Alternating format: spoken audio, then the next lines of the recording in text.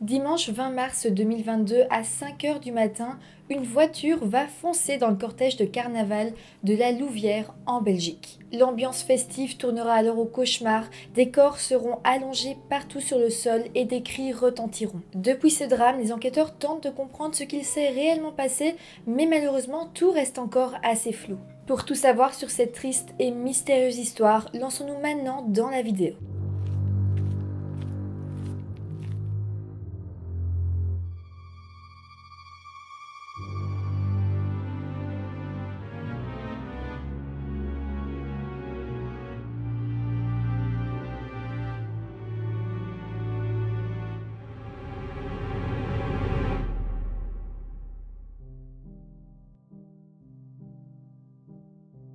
Hello tout le monde, j'espère que vous allez bien. Je vous retrouve aujourd'hui avec une vidéo qui n'était pas prévue parce que nous sommes lundi. Normalement je ne poste pas le lundi, mais voilà, ici je vais vous parler de quelque chose qui est arrivé en Belgique, pas loin de chez moi. Ça s'est passé la semaine dernière, donc je tourne cette vidéo une semaine pile après le drame. Et j'avais vraiment envie de vous parler aujourd'hui de cette affaire, de ce drame sur cette chaîne pour que plus de personnes soient au courant de ce qu'il s'est passé. Avant de commencer la vidéo, comme d'habitude, je vous rappelle de vous abonner à ma chaîne si ce n'est pas encore fait, ça me ferait énormément plaisir.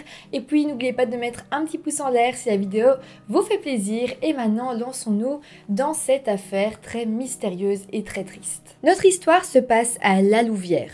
La Louvière, c'est une ville francophone de Belgique et elle se situe dans la province du Hainaut. Dans le passé, il y avait différentes communes dans le secteur de la Louvière, mais elles ont toutes été fusionnées pour donner cette commune relativement vaste qui est la Louvière. Donc vous allez voir, on va parler de plusieurs secteurs, plusieurs villages dans cette vidéo, mais donc retenez bien que tous ces villages font partie d'une même commune. Maintenant parlons de l'histoire du carnaval louviérois. Le carnaval est vraiment lié à l'histoire de la ville. En fait, la Louvière, c'est une ville relativement récente et son carnaval est né et s'est développé avec elle à peu près vers 1860. Le carnaval de la Louvière est alors devenu de plus en plus conséquent en Belgique et c'est aujourd'hui une fête assez incontournable pour les amateurs de carnaval. Aujourd'hui, il y a l'amicale des Gilles qui perpétue ce folklore, cette tradition et qui fait en sorte que le carnaval soit toujours là chaque année. Je vais vous mettre des photos des différents Gilles et vous pouvez voir qu'ils ont un costume bien particulier et qui leur est propre. Donc vraiment, on peut dire que les Gilles sont l'essence de ce carnaval. Voilà, ce serait trop long de tout vous résumer dans le détail, mais ici vous avez une bonne idée de ce qu'est le carnaval de la Louvière. Et puis il faut savoir que cette année, en 2022, c'était vraiment un événement parce que ça faisait 2 ans déjà que le carnaval était annulé à la Louvière à cause des mesures sanitaires, à cause de la Covid-19. Et donc cette année, tout le monde l'attendait, c'était la reprise du carnaval de la Louvière. Tout le monde était vraiment heureux. Aussi, il faut savoir donc que la Louvière c'est assez vaste et qu'un carnaval a lieu dans chaque secteur, dans chaque petit village et que donc on commence par un village et puis la semaine d'après c'est un autre village, donc c'est comme ça que ça se passe. Le premier carnaval a commencé le 6 mars à Haine-Saint-Pierre et a duré jusqu'au mardi 8 mars. Le second carnaval était celui de Strépy-Bracqueny qui devait donc avoir lieu du dimanche 20 mars au mardi 22 mars. Et c'est donc ce carnaval en particulier qui va nous intéresser. Plongeons-nous alors dans ce premier jour de carnaval qui a eu lieu à Strépy-Bracqueny. Nous sommes donc le dimanche 20 mars, tôt le matin, parce qu'il est 5 heures du matin, et oui, les festivités commencent tôt. À 5 heures, il y avait 100 à 150 personnes rassemblées au départ du cortège qui se situe au hall Omnisport de Strépy-Bracqueny. À ce moment-là, c'est le ramassage des Gilles et ils étaient donc sur place. Ils se préparaient donc pour le cortège et à 5 heures du matin, ils devaient être prêts à partir. Le cortège commence alors et emprunte la rue Saint-Julien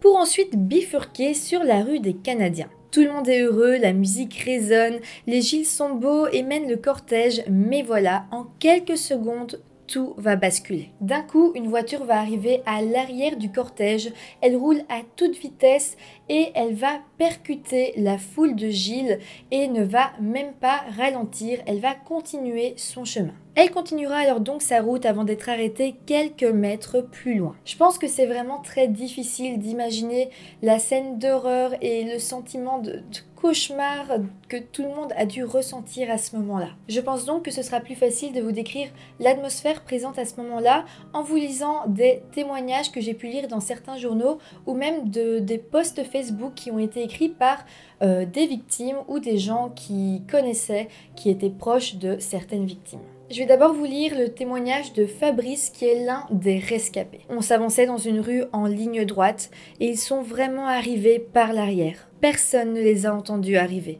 Imaginez 100 personnes et une voiture qui fonce dans 100 personnes à vive allure. Certains disent 90 km/h. Ils ont envoyé tout le monde en l'air. Et vous imaginez les dégâts corporels à ce moment-là. Ce fut d'une violence extrême. Ça a duré le temps de faire un petit claquement de doigts et cette voiture ne s'est même pas arrêtée. Cette voiture est partie et ça crie dans tous les sens. Antonio Gava, un membre d'une société de carnaval qui était aussi présent sur les lieux, témoignera lui aussi et dira « J'ai entendu des cris, un impact, un bruit sourd. J'ai juste eu le temps de me retourner. J'ai vu une personne qui tombait, et puis c'était moi. J'ai été balayée avec un ami du côté gauche. Je suis tombée 2 mètres plus loin, je me suis relevée et quand je me suis retournée, c'était l'horreur. Sur 200 mètres, il y avait des corps partout, des gens qui criaient, des gens qui couraient les bras levés, des gens venaient secourir des amis. J'étais perdue et je ne savais pas vraiment quoi faire. Je me suis avancée et j'ai pris la main d'un blessé. » Et puis pour terminer, je vais vous lire un des posts Facebook qui a été publié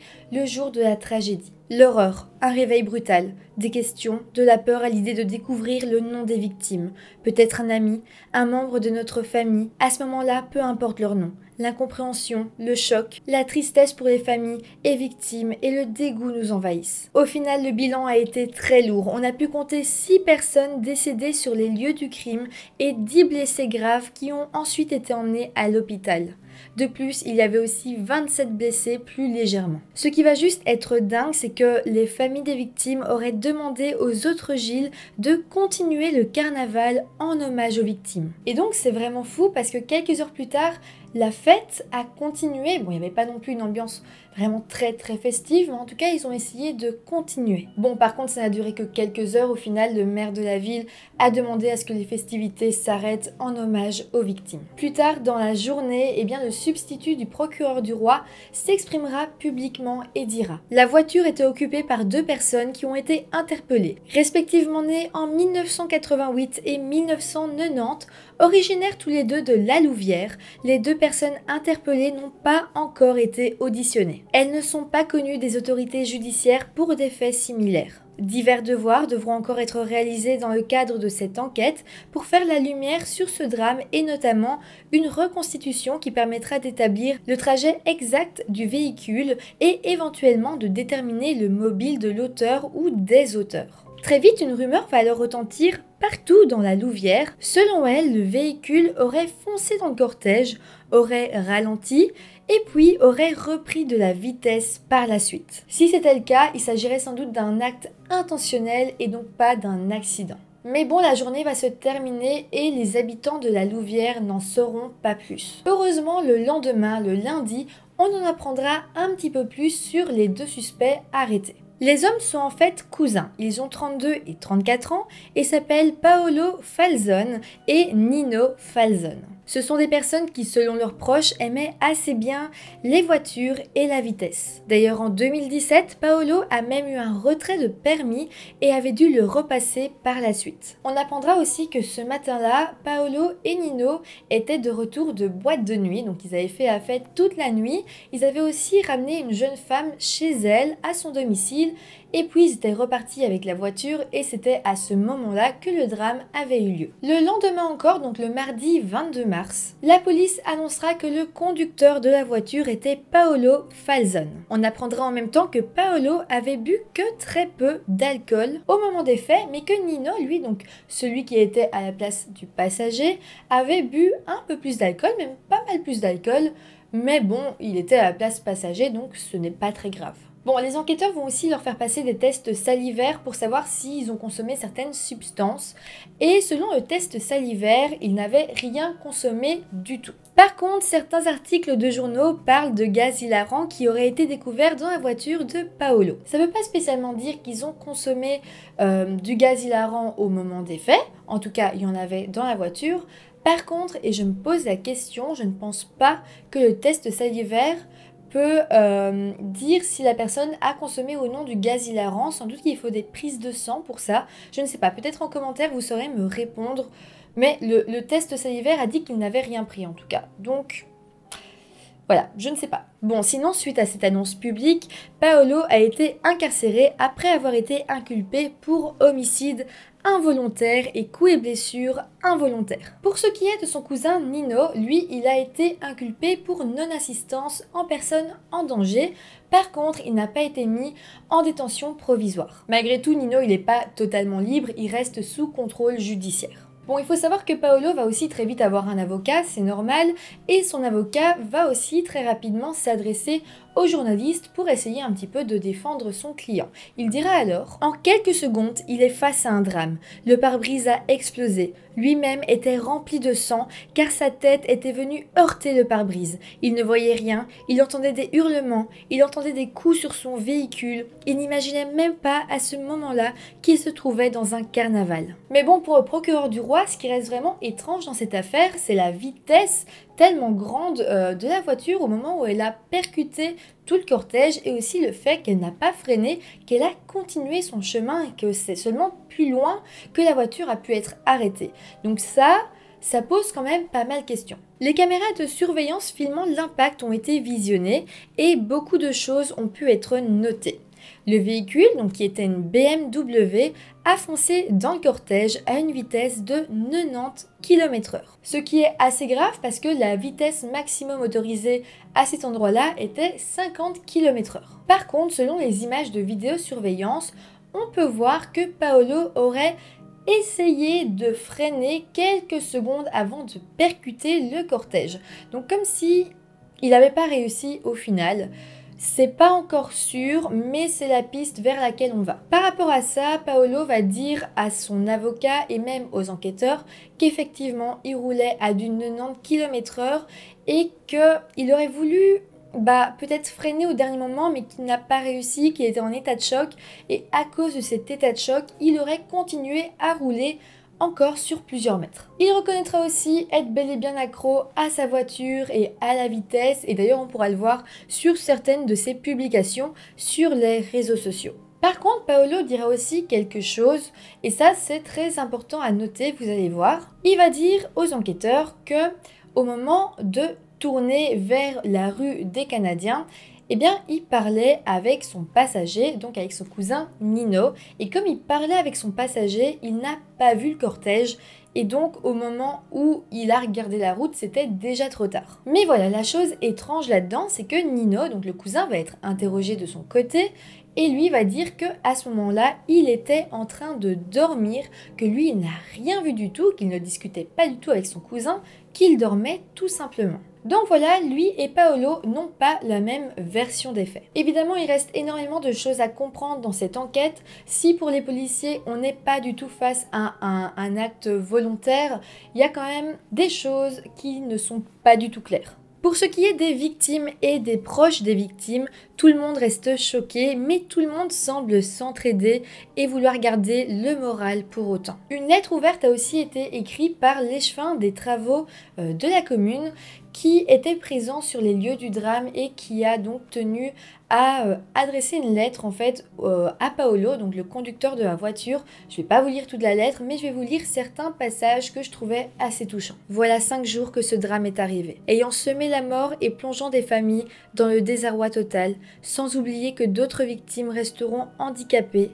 à vie. Tout ceci par la passion et la folie de la vitesse. J'espère que tu as une conscience et que tu te rendras compte de l'acte fou que tu as commis. Je te souhaite qu'un jour, toi aussi, tu te maries et aies tes enfants. Ce jour-là, tu n'auras plus le même regard sur la vie en t'approchant de la route. Te viendra cette peur que lorsque tes enfants sortiront, un chauffeur à grande vitesse vienne les faucher et leur enlever la vie. Ce dimanche, l'avocat de Nino, donc le passager de la voiture, a été interviewé sur le plateau télé de C'est pas tous les jours dimanche. Selon son avocat, Nino maintient le fait qu'il était bel et bien endormi au moment de l'impact. Par contre, l'avocat va aussi tenter d'attendrir un petit peu le public sur son client. Il va expliquer que Nino n'allait pas très bien avant le drame, qu'il vivait et qu'il vit toujours chez ses parents, qu'il est en incapacité de travailler, que pourtant il cherche à quitter la Louvière. Pour ce qui est de Paolo, il est en ce moment en prison et son avocat n'a pas demandé sa libération, estimant qu'il fallait laisser la juge d'instruction travailler sereinement. Ici, ce qu'il faut encore éclaircir, c'est le mouvement de la voiture. Tout reste flou, on ne sait pas à quel point elle aurait freiné, si elle aurait repris de la vitesse après ou non. Donc voilà, je pense sincèrement qu'une fois ce point éclairci, on en saura déjà pas mal plus. Aussi, l'avocat de Paolo aurait dernièrement communiqué à son client les noms des victimes et voici sa réaction. Il a pleuré, il m'a confié que certains noms lui disaient quelque chose. Je n'ai toutefois pas pu lui montrer des photos. Lorsque ce sera le cas, il pourra mettre des visages sur les noms. Ce dimanche 27 juin, le carnaval de la Louvière a repris une semaine tout pile après le drame. Début d'après-midi, une minute de silence a même eu lieu en hommage aux victimes. Enfin voilà, c'est tout ce qu'on sait jusque maintenant.